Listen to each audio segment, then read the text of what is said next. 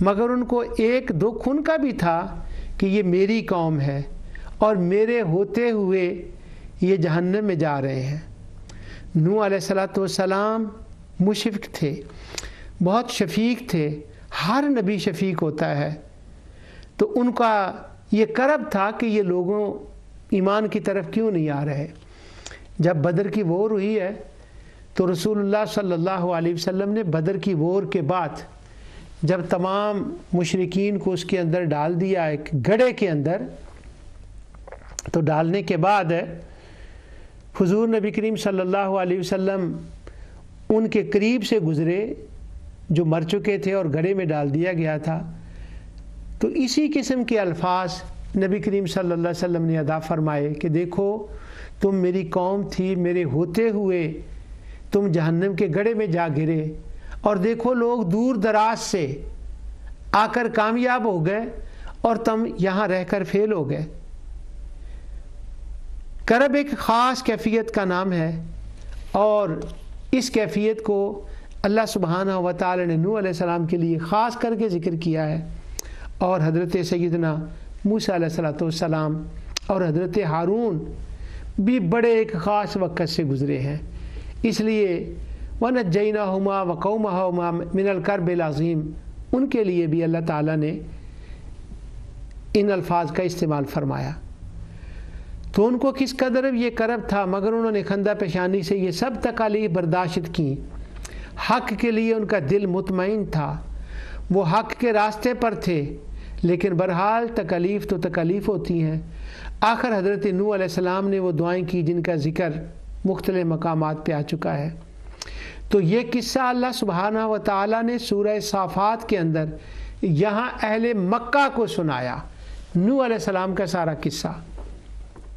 اور اس میں اشارہ کیا، اس میں تسلی کیا تھی کہ جنہوں نے نوح علیہ السلام اور ان کے ماننے والوں کو دکھ اور تکلیفیں پہنچائیں اور وہ کرب کی حالت سے گزرے، پھر ان کا وہ کرب ختم ہو گیا، ان کی تکالیف ختم ہو گئیں، تو یہ اس طرف اشارہ تھا کہ اہل مکہ نے، مشرکین نے اس وقت حضرت بلال کو کرب پہنچایا تھا، تو حضرت بلال کے لیے اور جو دوسرے لوگ اس میں ان کے ساتھ شریک تھے تکالیف میں، ان کے لیے اشارہ تھا کہ عنقریب وقت آنے والا ہے کہ بلال بھی اس کرب سے نجات پائے گا۔ چونکہ سیدنا بلال کا مشہور ہے، اس لیے ہم حضرت بلال کے کرب کا ذکر کرتے ہیں یا حضرت بلال کا نام لیتے ہیں، ورنہ بہت سے اور لوگ تھے جو ان تکالیف سے گزرے تھے، اللہ کے راستے میں انہوں نے استقامت دکھائی، اور وہاں صرف مرد ہی نہیں تھے، عورتیں بھی تھیں جو ان تکالیف سے گزری، ان عورتوں کے گزرے تھے اور انہوں نے بھی استقامت دکھائی تھی،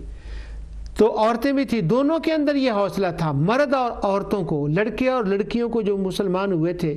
جو ان کو تکالیف سے گزرے تھے، ان کو یہ سنایا گیا تھا کہ تمہارے اوپر وقت آنے والا ہے، اس کرب سے تمہیں بھی اسی طرح نجات دیں گے جس طرح سے ہم نے حضرت نوح کو دی اور ان کے ماننے والوں کو دی۔ یہاں ایک بات چلتے چلتے میں کہہ دوں، عورتوں کا لفظ آ گیا، سورہ نحل کے اندر ایک مقام آتا ہے کہ جہاں پر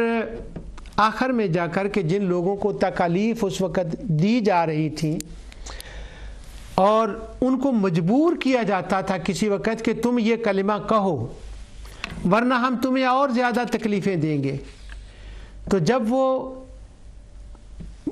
تکلیفیں برداشت کرتے کرتے تھک جاتے تو ان کے اندر اور قوت نہ رہتی تکلیف برداشت کرنے کی۔ اس حالت کا انہوں نے نبی کریم صلی اللہ علیہ وسلم سے ذکر کیا، تو اللہ سبحانہ و تعالیٰ نے ان کے لیے ایک آسانی فرمائی، اور آسانی یہ فرمائی کہ جب وہ لوگ تمہیں مجبور کریں کہ یہ تم غلط کلمہ کہو اللہ تعالیٰ کی ذات کے بارے میں، نبی کریم صلی اللہ علیہ وسلم کے بارے میں یا قرآن کے بارے میں، اور اگر تمہارا دل اس وقت مطمئن ہو اور اس کلمہ کہنے سے وہ تمہیں چھوڑ دے تو وہ کلمہ کہہ دیا کرو۔ تو ان کو یہ اجازت ملی. اب وہ قصہ وہاں پر بیان ہوتا ہے، وہ حالات بیان ہوتے ہیں سورہ نحل کے اندر، اور انہی حالات کو بیان کرتے ہوئے ایک آیت آتی ہے وہاں پر، جو اس وقت ہماری بچیاں جو عورتوں کی عزت احترام کے لیے کام کر رہی ہیں، غیر مسلموں کے اندر بھی یہ بڑا کام ہوا ہے، ان کے لیے یہ بہت اہم مقام ہے کہ وہاں پر جب وہ دکھ اٹھانے والوں کا ذکر آتا ہے تو اللہ تعالیٰ اس کا یوں ذکر فرماتا ہے، من عمل صالحا من ذکر او انثی وہو مؤمن، کہ یہ جو تکالیف اٹھانے والے ہیں ان میں مرد بھی ہیں اور ان میں عورتیں بھی ہیں، جو بھی مرد اور عورت عمل صالح کرے، وہاں پر عمل صالح کا مطلب نماز روزہ حج زکوٰۃ کے علاوہ اس کرب سے گزرنا تھا جس کا ذکر میں نے اس آیت میں پڑھا ہے، اس کرب سے جو گزر رہے تھے. فرمایا کہ میں ان کو اس زندگی میں بھی فَلَنُحْيِيَنَّهُ حَيَاةً طَيِّبَةً وَلَنَجْزِيَنَّهُمْ أَجْرَهُمْ بِأَحْسَنِ مَا كَانُوا يَعْمَلُونَ. وہ عورت ہو یا بندہ ہو، مرد ہو یا عورت ہو، دونوں جو تکالیف برداشت کر رہے ہیں ان کو میں بہترین زندگی دوں گا، اس جہان میں بھی، برزخ میں بھی، حشر میں بھی،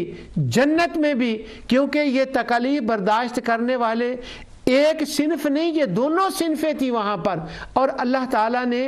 عورتوں کو چھوڑا نہیں ہے، ان کو ترک نہیں کیا، بلکہ من عمل صالحا من ذکر او انثی، عورتوں کا خاص کر کے وہاں ذکر کر کے اللہ سبحانہ و تعالیٰ نے ان عورتوں کی تحسین فرمائی ہے جنہوں نے اس وقت اسلام کے رستے میں یہ باتیں برداشت کی تھی.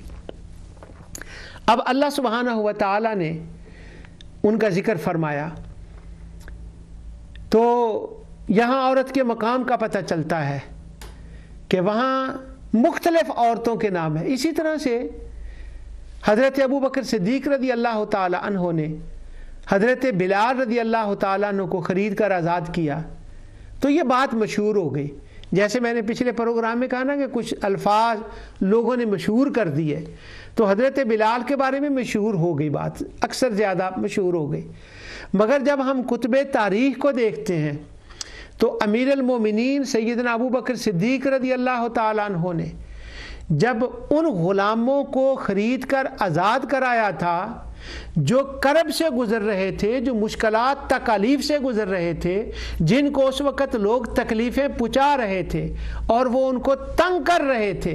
تو جب ان کو تکلیفوں میں وہ تنگ کر رہے تھے تو ان میں 5 بچیاں تھیں جو ایمان لائی اور وہ حد سے زیادہ ان کو تکالیف دی گئیں. حضرت ابو بکر صدیق نے ان 5 عورتوں کو اپنے پیسوں سے خرید کر آزاد کرایا اور کہا اب تم آزادی کے ساتھ اللہ وحدہ لا شریک کا ذکر کرو، اس کے حبیب کا ذکر کرو، عمل صالح کرو، آخرت کی تیاری کرو. ان میں 5 عورتیں تھیں اور 2 مرد تھے، اور جو 2 مرد تھے ان میں ایک سیدنا بلال رضی اللہ تعالیٰ عنہ تھے. تو یہ وہ اس کرب سے گزر رہے تھے اور وہاں من عمل صالحا من ذکر او انثی، وہ ان بچیوں کے لیے توجہ کا ایک خاص مقام ہے جو عورتوں کی، بچیوں کی عزت و احترام اور قرآنک عورتوں کے نام سے کام کر رہی ہیں اور قرآن کو اس نظریے سے، اس لحاظ سے پڑھ رہی ہیں کہ وہاں پر کیا مقام بیان کیا گیا ہے مرد کے ساتھ عورت کا. خدا نے تو کہیں بھی عورت کو پیچھے نہیں چھوڑا، اس کے رسول نے تو کہیں بھی عورت کو پیچھے نہیں چھوڑا، ہر جگہ پہ سائیڈ بائی سائیڈ ان کا ذکر کیا ہے. تو یہاں یہ چونکہ کرب کی بات آئی تھی تو یہاں پر وہ جو کرب جنہوں نے برداشت کیے ہیں ان میں عورتیں بھی تھیں اور ان میں مرد بھی تھے. تو اللہ سبحانہ و تعالیٰ نے آگے ذکر فرمایا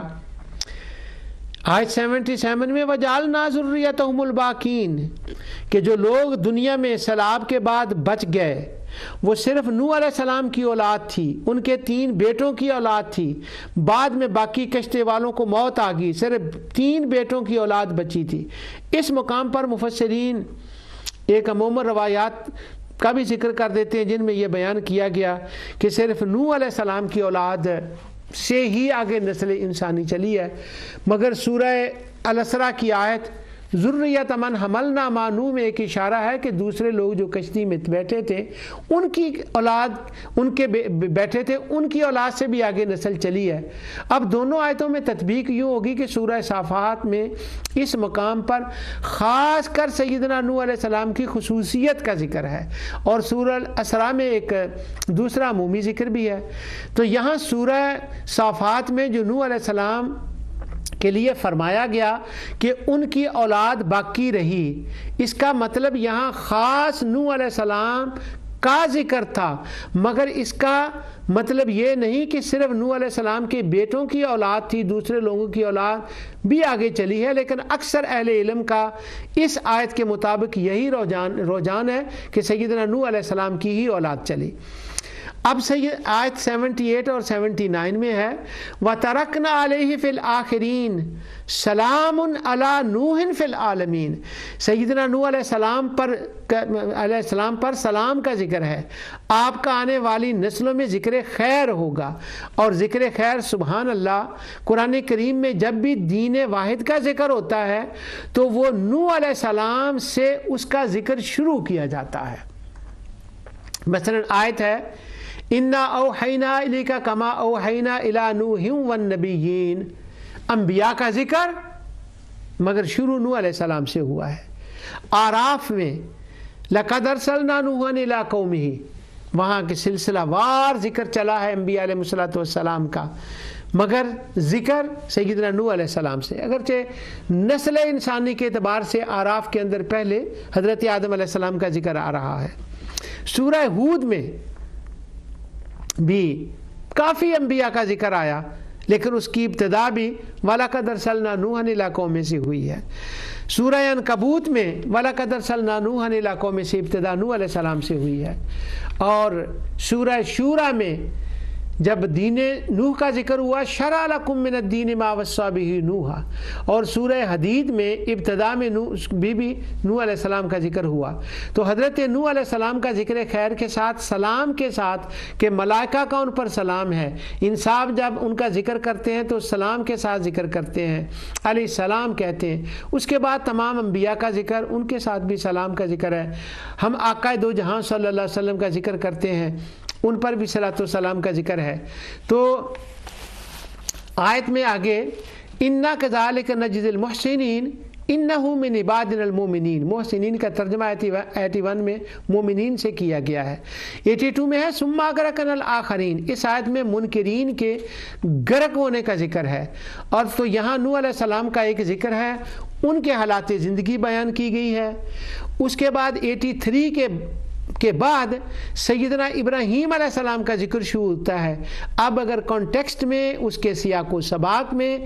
اگر یہاں ذکر دیکھیں تو اللہ تعالیٰ فرماتا ہے کہ وَإِنَّ مِن شِيَّتِهِ لَإِبْرَاهِيمَ، ابراہیم علیہ السلام نوح علیہ السلام کی اولاد سے تھے، انہی کے مذہب پر تھے، اور اہل مکہ کو سنایا یہ جا رہا ہے کہ وہ جو نوح کا دین تھا، وہ جو ابراہیم کا دین تھا، وہ حضور صلی اللہ علیہ وسلم اسی دین کی دعوت دے رہے ہیں، یہ کوئی نیا دین نہیں ہے کہ جو وہ لے کر آئے ہیں، بلکہ سیدنا ابراہیم علیہ السلام کے نوح علیہ السلام کے دین کا کنٹینیولی ذکر ہے، اور اسی ضمن میں وَإِنَّ مِن شِيَّتِهِ لَإِبْرَاهِيمَ حضرت ابراہیم علیہ السلام کا ذکر آتا ہے۔ جس طرح سورہ صافات کے اندر حضرت ابراہیم علیہ السلام کا ذکر آیا ایک خاص کانٹیکسٹ میں، اور وہاں بتانا مقصود توحید، رسالت اور آخرت ہے۔ سورہ قصص کے اندر جس کی میں نے پہلے تلاوت کر دی ہے، اس کا بھی ایک خاص اسلوب ہے۔ اب وہ سورت قصص کا کنٹیکسٹ کیا ہے، اس کا سیاق و سباق کیا ہے، اور آگے جا کر وہ کس کانٹیکسٹ میں اس لفظ کا استعمال ہوا ہے، اب ذرا یہاں سے شروع دیکھیں کہ ایک بات یہ ہے کہ سورۃ قصص کی ابتدا موسیٰ علیہ السلام کی ولادت باسعادت کا ذکر ہے، اور یہ مصر کا واقعہ ہے، اور یوسف علیہ السلام کا وقت بھی مصر میں گزرا۔ حضرت یوسف کے اندر ان کے بچپن کے حالات، پھر مصر جانا، اس کے ساتھ اس کا تعلق ہے۔ تو موسیٰ علیہ السلام کے قصے میں جو مناسبت سیدنا یوسف علیہ السلام کے قصے کے ساتھ ہے، اوپر بھی ان آیات کو دیکھنا چاہیے، اور اس میں ایک بڑی مناسبت ہے مصر کے حوالے سے سیدنا موسیٰ اور سیدنا یوسف علیہ السلام کے۔ ویسے موسیٰ علیہ السلام کا ذکر قرآن میں بڑی تفصیل سے آیا ہے، 131 بار حضرت موسیٰ علیہ السلام کا ذکر ہوا ہے۔ یہ وہ عدد ہے جہاں ان کے نام کے ساتھ ان کا ذکر ہے، اور جن آیات میں ان کے اشارے ہیں وہ آیات الگ ہیں، بڑی تفصیل سے حضرت موسیٰ علیہ السلام کا ذکر کیا گیا ہے۔ سورہ قصص کے اندر کمال ابتدا ہے، اور ابتدا میں وہ تھوڑا سا اشارہ کر دیا گیا ہے، یعنی جہاں وہ جا کر واقعہ ختم ہونا ہے، آخر میں ہونا، اس کا چند لفظوں میں ابتدا میں ہی اشارہ کر دیا گیا ہے۔ تو گویا ایک کوزے کو، ایک سمندر کو کوزے کے اندر بند کر دیا گیا ہے۔ پہلے حروف مقطعات سے شروع ہوتا ہے، اس کے بعد فرمایا گیا تلک آیات الکتاب المبین۔ کتاب مبین فرمانے کا معنی تو بالکل واضح ہے کہ یہ بابرکت کتاب ہے۔ اس کے علاوہ کتاب مبین فرمانا، اس صورت میں یہ لفظ اہل کتاب پر ایک بڑی تعریض ہے، وہ یہ ہے کہ یہ وہ کتاب ہے اس کا کوئی حصہ چھپا کر نہیں رکھا گیا۔ اس زمانے میں اہل کتاب نے اپنی کتاب میں ان حصوں کو مخفی رکھا تھا، چھپاتے تھے، جس میں آقا دو جہاں صلی اللہ علیہ وسلم کی ولادت باسعادت، آپ کی آمد کا ذکر تھا۔ تو اللہ تعالیٰ نے کتاب المبین کہہ کر یہ بیان فرمایا کہ کچھ وہ کتابیں ہیں جن میں کچھ چھپایا جاتا ہے، اور ایک وہ کتاب قرآن کریم ہے جس میں چھپایا نہیں جاتا، چھپی ہوئی چیزوں کو اور ظاہر فرمایا جاتا ہے۔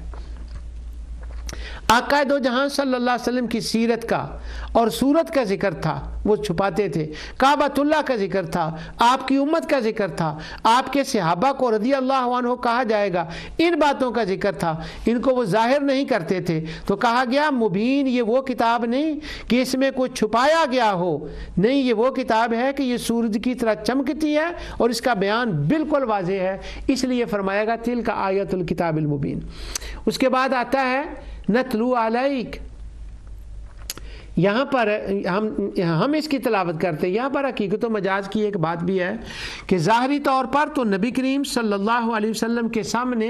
حضرت جبرائیل علیہ السلام تلاوت کرتے تھے، مگر اللہ نے اپنی طرح منسوب کیا کہ ہم اس کی تلاوت کرتے ہیں، کیونکہ جبرائیل کو پیدا ہم نے کیا، جبرائیل کو بھیجا ہم نے، جبرائیل کو تلاوت کی توفیق ہم نے دی، وہ آپ کی طرف ہمارے حکم سے آیا ہے، تو ہم ہی تیرے اوپر تلاوت کرتے ہیں۔ اور یہاں پر کا نتلو علیک کا، تو یہاں پر ایک تا اور کاف کا خطاب کا مسئلہ ہے، جس کا بہت سی جگہ پہ وہ بیان آ گیا ہے۔ اس کے بعد آگے ہے کہ یہ جو ہم تلاوت کر رہے ہیں تمہارے سامنے، آج اسلام کس پر ہے اور حقیقی باتیں اسلام کی سچی کس طرح سے ثابت ہوئی ہیں، تو وہی جو مصر میں حالات تھے آج مکے میں بھی وہی حالات ہیں۔ اور اس کے بعد لفظ آتا ہے لِقَوْمٍ یُؤْمِنُونَ، کہ یہاں جو مومنین قوم ہے وہ اس بات کو مانتی ہے۔ پہلا مطلب تو یہ ہے کہ اس سے وہی فائدہ اٹھاتے ہیں جو اہل ایمان ہے، اس لیے یؤمنون فرمایا گیا، اور اس کا اسلوب یوں کہہ لیں کہ متقین والا ہے، جیسے بقرہ کی ابتدا میں۔ اور دوسرا اس کا ایک اور معنی ہے یؤمنون کا، وہ مطلب یہ ہے کہ جتنے غیر مسلم ہوتے ہیں ان سب کے اندر تکبر نہیں ہوتا، سب اپریشیٹ کچھ لوگ کرنے والے ہوتے ہیں، صحیح بات کو وہ اپریشیٹ کرنے والے ہوتے ہیں۔ تو جو وہ اپریشیٹ کرنے والے ہوتے ہیں، صحیح بات کا وہ ساتھ دیتے ہیں، کہہ دیتے ہیں کہ یہ بات صحیح ہے، وہ ایمان لائیں یا نہ لائیں وہ ایک دوسرا پہلو ہے، لیکن ایک اسپیکٹ سے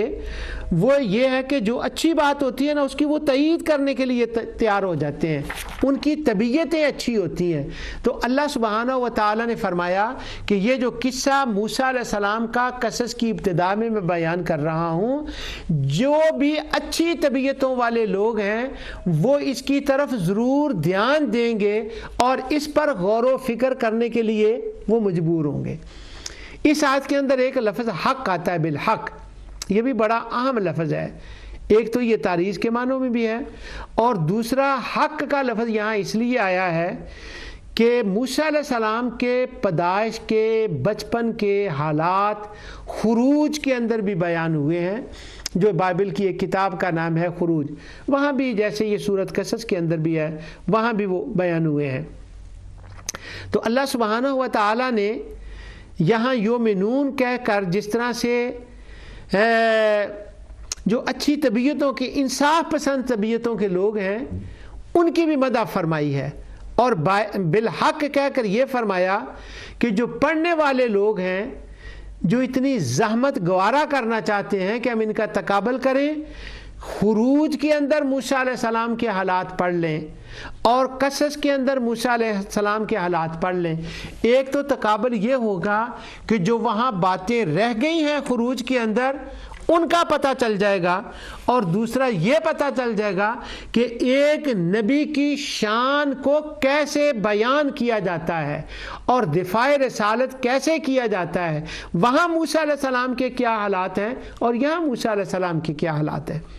آگے آیت نمبر 4 میں وہ لفظ آتا ہے جس پر ہم نے تفصیل سے بات کر دی، ان فرعون علا فی الارض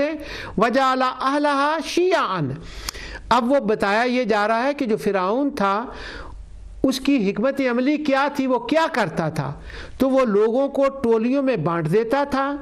آپس میں ان کو لڑاتا تھا، ان کو گروہوں میں تقسیم کرتا تھا، ڈیوائیڈ اینڈ رول کے تحت وہ اپنی حکومت کو چلاتا تھا۔ اس طرح سے وہ بنی اسرائیل کو کمزور کرتا تھا، اور اس میں بھی یہی اس کی ایک یہی فکر تھی کہ یہ طاقتور ہیں، دوسروں کو یہ بھی ایک اس کا خیال تھا کہ یہ بنی اسرائیل دوسروں سے مل کر کہیں ہمیں کمزور نہ کر دیں،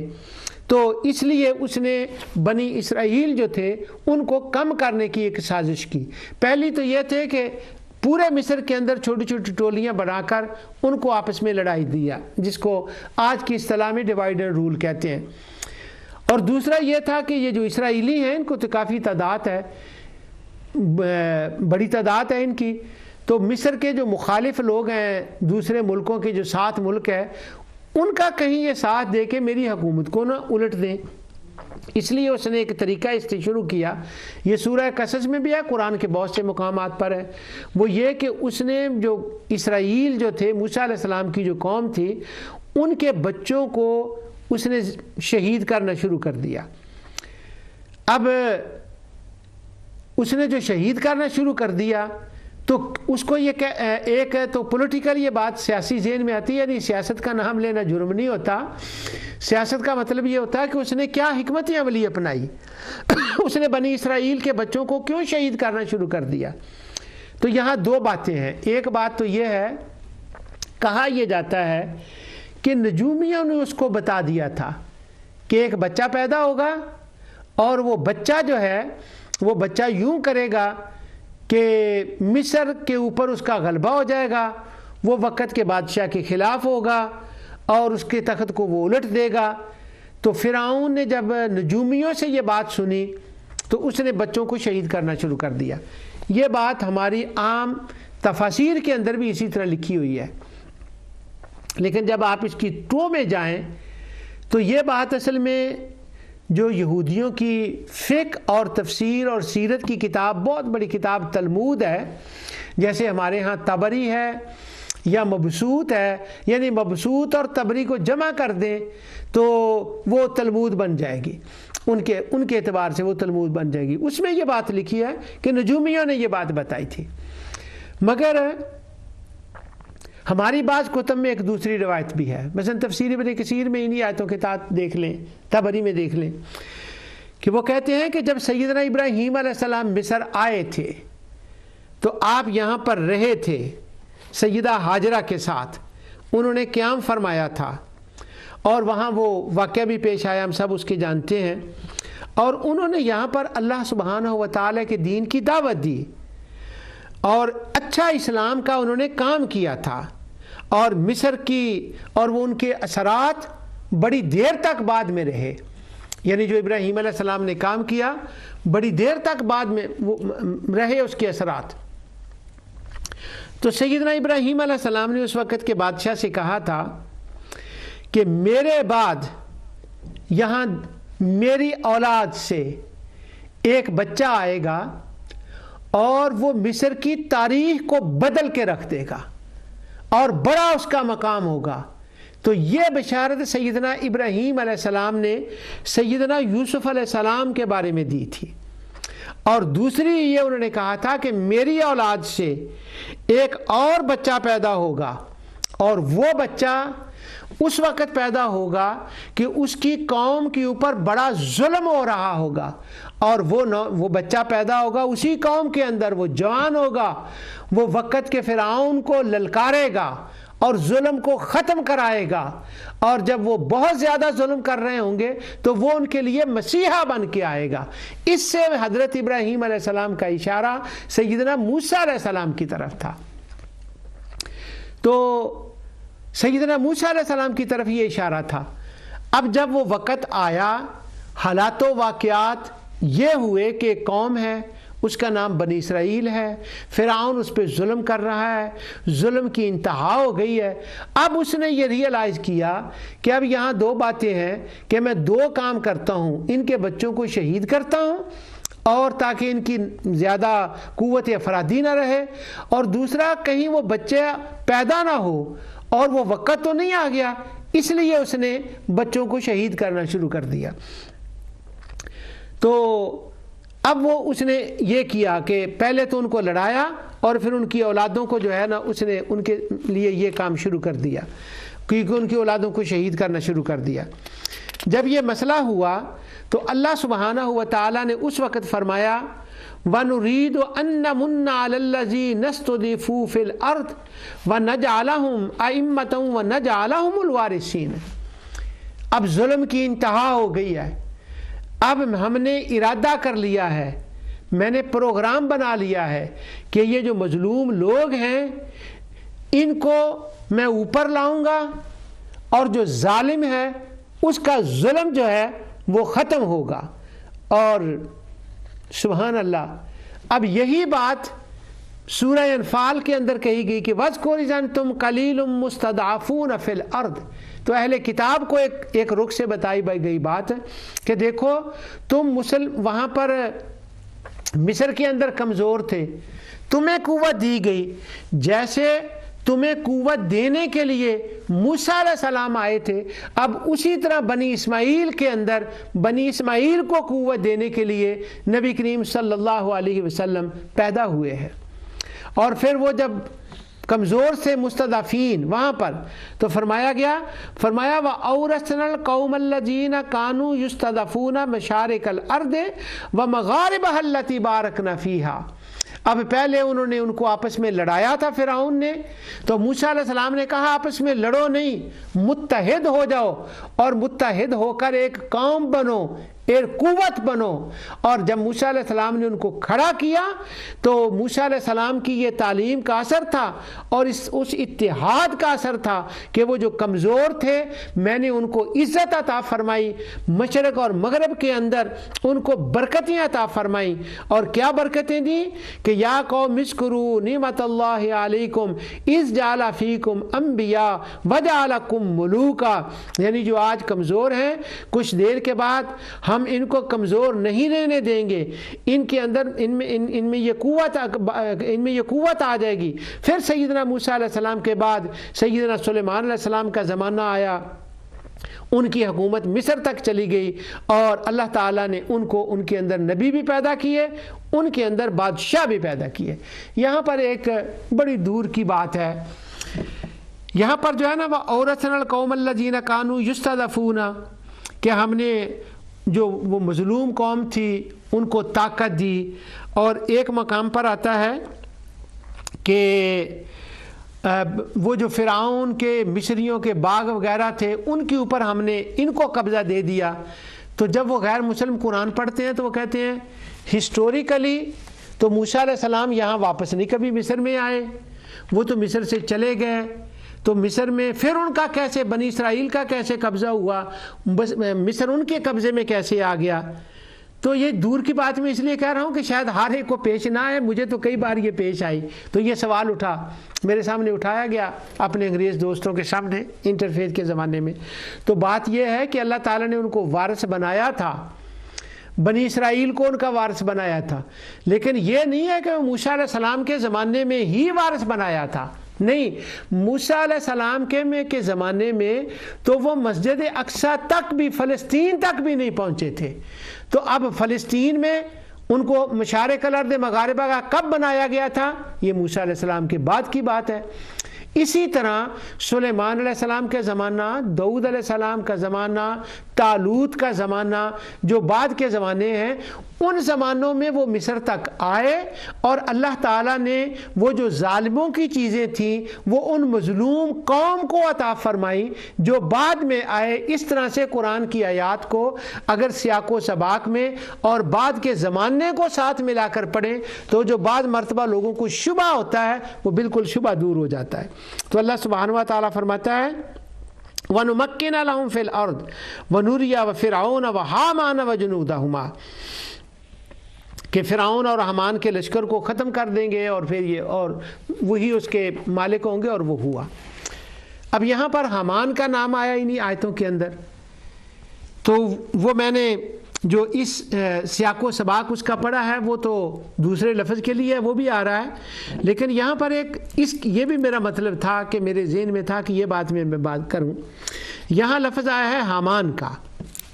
اب اللہ سبحانہ و تعالیٰ جب اپنے دین کے لیے کام لیتا ہے تو دیکھیں کیا کیا معاملات ہو جاتے ہیں۔ ایک بائبل کے اندر کتاب ہے، اس کتاب کے اندر ایک جگہ ایک ذکر آیا کہ موسیٰ علیہ السلام کے تقریباً 1000 سال بعد کوئی بادشاہ ہوا، اس کا ایک واقعہ بیان ہوتا ہے۔ تو وہ واقعہ بیان ہوتا ہے تو اس واقعہ میں کہا گیا کہ اس کے وزیر کا نام تھا حامان،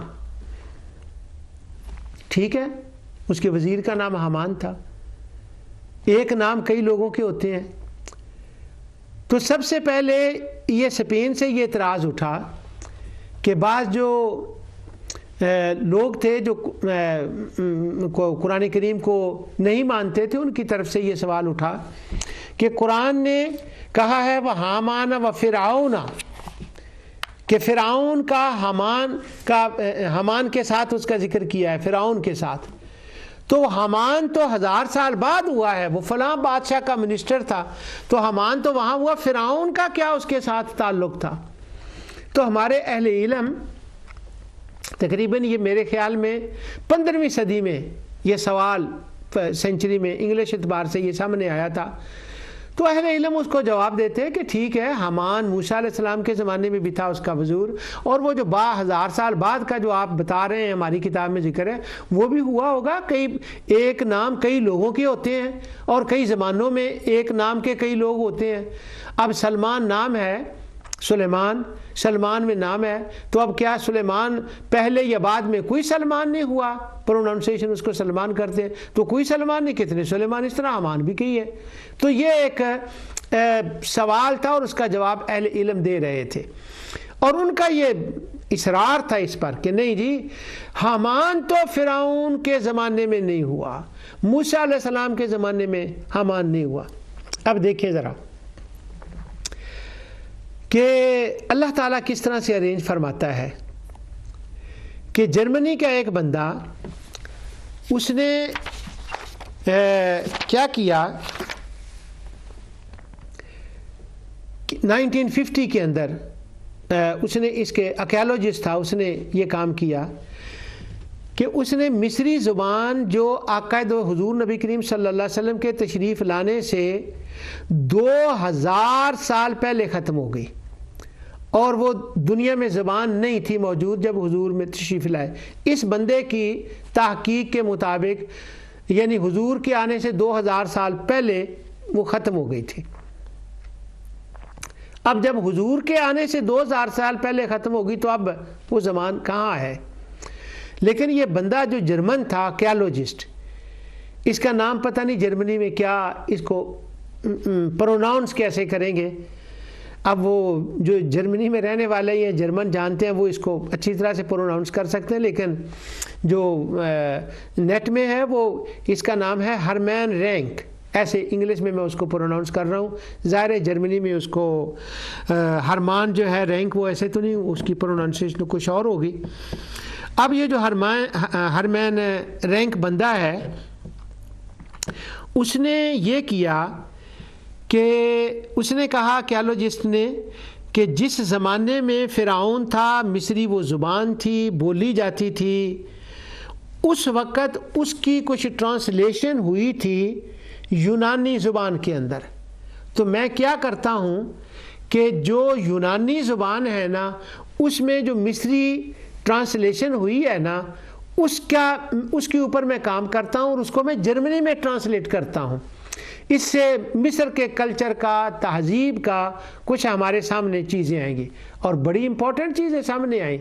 یعنی ایسی چیزیں سامنے آئیں کہ قرآن کریم نے ان کا بیان کیا اور وہ سے ریسرچ کے سامنے آئیں۔ اس لیے آرکیالوجسٹی مجھے آتی نہیں، مجھے آرکیالوجسٹ کے ایک کا بھی نہیں پتہ، لیکن میرے اندر کوئی چیز ایسی ہے کہ مجھے آرکیالوجسٹی سے محبت ہو گئی، صرف اس وجہ سے یہ جو بات میں بتانے لگا ہوں، اور بھی ہزاروں باتیں ہیں جو ہمارے سامنے آئی ہیں۔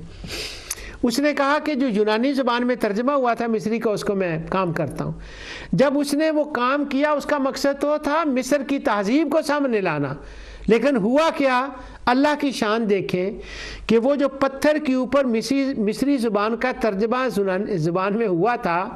اس میں جو معلومات تھیں، ان میں جو مصر کے بارے میں معلومات تھی، وہاں یہ بھی ایک انفارمیشن تھی کہ فرعون کا ایک ہاؤسنگ منسٹر تھا اور اس ہاؤسنگ منسٹر کا نام تھا حامان۔ اللہ اکبر۔ اب میں دوبارہ اس آیت کو پڑھتا ہوں، وَفِرْعَوْنَ وَحَامَانَ وَجُنُودَهُمَا كَانُوا خَاطِئِينَ۔ فرعون تھا، حامان تھا اور اس کے لشکر تھے۔ اب اس جرمن آرکیالوجسٹ نے کہا، جب بتایا نا کہ ہاؤسنگ منسٹر کا نام حامان تھا، تو وہ جو 15ویں صدی سے لے کر 1950 تک، 19 سینچری تک وہ جو اعتراض تھا نا کہ قرآن نے غلط انفارمیشن دے دی، محمد کو تو ہسٹری نہیں آتی تھی، وہ تو 1000 سال بعد حامان پیدا ہوا تھا، وہ تو فلاں بندے کا فلاں بادشاہ کا منسٹر تھا، تو محمد نے حامان کو فرعون کے ساتھ جوڑ دیا، یہ ان کا نالج نہیں تھا، وہ تو ان پڑھ تھے، وہ تاریخ مصر کو نہیں جانتے تھے۔ یہ جتنا شور مچا ہوا تھا نا کتابوں کے اندر، تحریروں میں، تقریروں میں جتنا شور مچا ہوا تھا نا، اس آرکیالوجسٹ نے آ کر نا اس شور کو ختم کر کے رکھ دیا کہ لوگوں سن لو، محمد صلی اللہ علیہ وسلم سچا تھا، قرآن سچا ہے، اور فرعون کا ہاؤسنگ منسٹر کا نام حامان تھا۔ یہ ساری معلومات آپ ویب سائٹ سے وہ لے سکتے ہیں، ساری اس کے اوپر معلومات دیکھ سکتے ہیں اس کے اوپر۔ تو اللہ سبحانہ و تعالیٰ نے بنی اسرائیل کی یہ ساری جو تھی نا باتیں وہ بیان کی، اور آخر میں بیان کیا کہ وَدَخَلَ الْمَدِينَ، ایک حضرت موسیٰ علیہ السلام کا بیان کیا، آخر میں تو نہیں، چلتے چلتے یہ آیت آ گئی، آیت 15 تک وہ سارا قصہ آیا۔ اس میں مضمون یہ تھا کہ اہل مکہ کو بتایا گیا کہ جو کچھ تم کر رہے ہو نا، تم سے پہلے یہ فرعون کر چکا ہے، اور موسیٰ علیہ السلام مظلوموں کے لیے کھڑے ہوئے تھے، آج حضور مظلوموں کے لیے کھڑے ہیں۔ تو دیکھ لیں، ظالم کی عمر لمبی نہیں ہوتی، ظلم کی عمر لمبی نہیں ہوتی۔ ہر فرعون کے لیے ہر زمانے میں ایک جد و جہد کرنے والا اپنی شان کے مطابق موسیٰ کے روپ میں آتا ہے۔ آج رسول اللہ صلی اللہ علیہ وسلم آئے، ان کی امت میں بھی کچھ لوگ آئیں گے، جیسے پچھلے پروگرام میں نے حضرت زید بن علی کا واقعہ جو تھا وہ آپ کے سامنے بیان کیا۔ تو اللہ سبحانہ و تعالیٰ نے فرمایا کہ حضرت موسیٰ علیہ السلام نے یہ کام کیا، مظلوموں کی مدد کی، مستضعفین کی مدد کی۔ تو آگے اللہ تعالیٰ فرماتا ہے ایک دن یہ ہوا کہ چونکہ وہ مظلوموں کی مدد کرتے تھے، وَدَخَلَ الْمَدِينَةَ عَلَىٰ حِينَ غَفْلَةٍ مِّنْ أَهْلِهَا فَوَجَدَ فِيهَا رَجُلَيْنِ يَقْتَتِلَانِ هَٰذَا مِنْ شِيَّتِهِ وَهَٰذَا مِنْ عَدُوِّهِ۔ کیا ہوا کہ دو بندے لڑ رہے تھے، ایک فرعونی تھا جو اس کے گروہ میں سے تھا،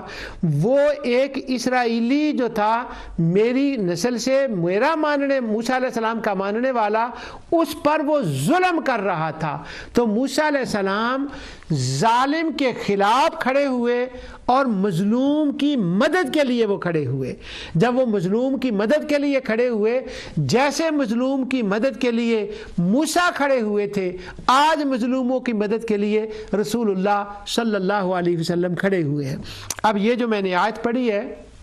اس کے اندر وہ جو لفظ آیا ہے وہ کس کانٹیکسٹ میں آیا ہے، اور لوگوں نے اس کو کس کانٹیکسٹ کے اندر بیان کرنا شروع کر دیا۔ اب قرآن کریم جو اس کا مسئلہ یہ ہوا ہے، قرآن کریم کے اندر جب اس کی تلاوت کریں، سورہ نحل کی بات ایک میں دوبارہ کر لوں کہ سورہ نحل کے اندر آتا ہے فَإِذَا قَرَأْتَ الْقُرْآنَ